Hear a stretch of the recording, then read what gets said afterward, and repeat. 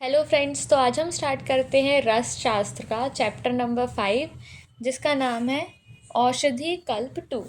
Okay, इसमें हम योग देखते हैं। तो ऐसे हमें जल्दी योग याद नहीं होते हैं और हमें कन्फ्यूजन होती है, इसलिए मैंने औषधि कल्प अध्याय में जितने भी योग हैं वो सारे का एक कलेक्शन बनाया हुआ है, जिसका हमें वो याद हो सके, क्योंकि हमें सबके घटक द्रव्य एक साथ याद होते नहीं हैं। इसलिए मैंने कुछ कुछ घटक द्रव्य लिखे हुए हैं कि अगर एग्ज़ाम में वो आ जाते हैं तो हमें हर एक योग का कुछ ना कुछ घटक द्रव्य याद रहेगा। ओके, इसलिए मैंने ये कलेक्शन बनाया हुआ है। तो हम स्टार्ट करते हैं। सबसे पहले हम स्टार्ट करते हैं दशमूल क्वाथ से।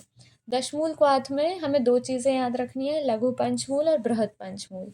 लघु पंचमूल को हम ऐसे याद रख सकते हैं BKSPG, जिसमें बृहति, कंठकारी, शालपन्नी, प्रश्नपन्नी और गोक्षुर, ये सारी चीज़ें आती हैं। फिर उसके बाद बृहद पंचमूल की ट्रिक होती है BASPG, जिसमें आते हैं बिल्व, अग्निमंथ, श्योनाक, गंभारी और पाटला। ठीक है, फिर नेक्स्ट हम देखते हैं महामंजिष्ठादि क्वाथ। महामंजिष्ठादि क्वाथ में सबसे पहले हमें याद रखना है मंजिष्ठा। ठीक है, महामंजिष्ठादि नाम है तो मंजिष्ठा इसका पहला घटक द्रव्य रहेगा।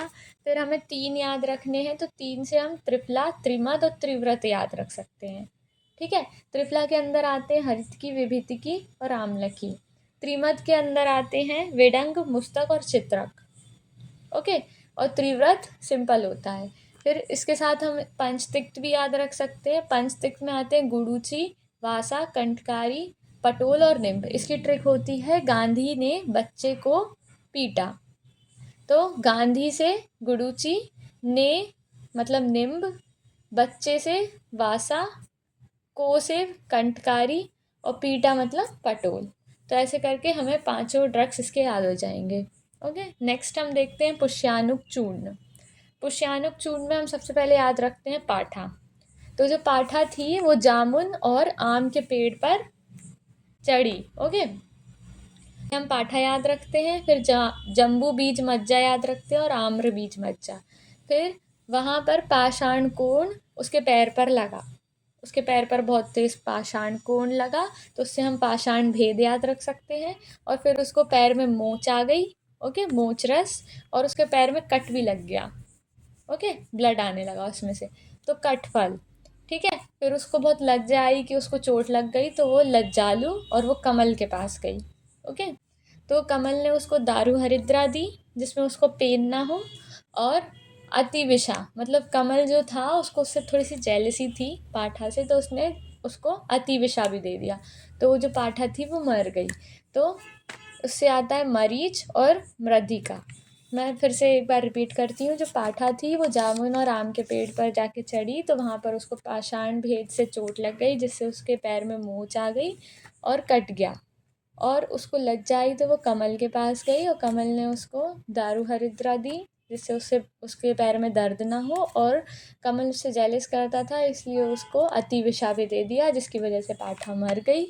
ओके, तो ऐसे करके हमें ये सारे घटक द्रव्य याद हो जाएंगे।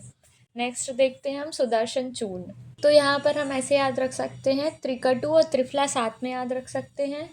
और ये याद रखने की बात है कि त्रिफला में जो विभीतक है वो नहीं होता है इसमें घटक द्रव्य।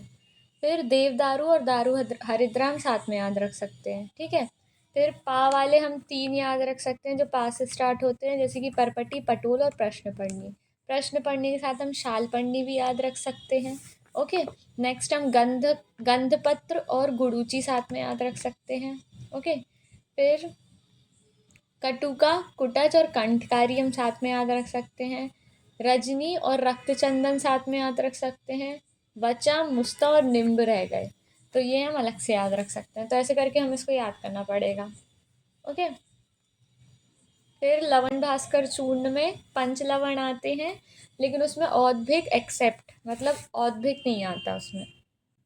ठीक है, फिर इसमें 4 लवण आते हैं, सामुद्र लवण, सौवर्चल लवण, वेड लवण और सैंधव लवण। फिर इसमें चतुर्जात भी आता है, त्वकेला, तेजपत्र और नाग केसर। इसमें त्रिकटु और जीरक आता है। जीरक इसमें दोनों आता है, श्वेत जीरक और कृष्ण जीरक। ओके, तो आज हम 5 योग कंप्लीट करते हैं। अगले नेक्स्ट वीडियो में हम आगे के योग पढ़ेंगे।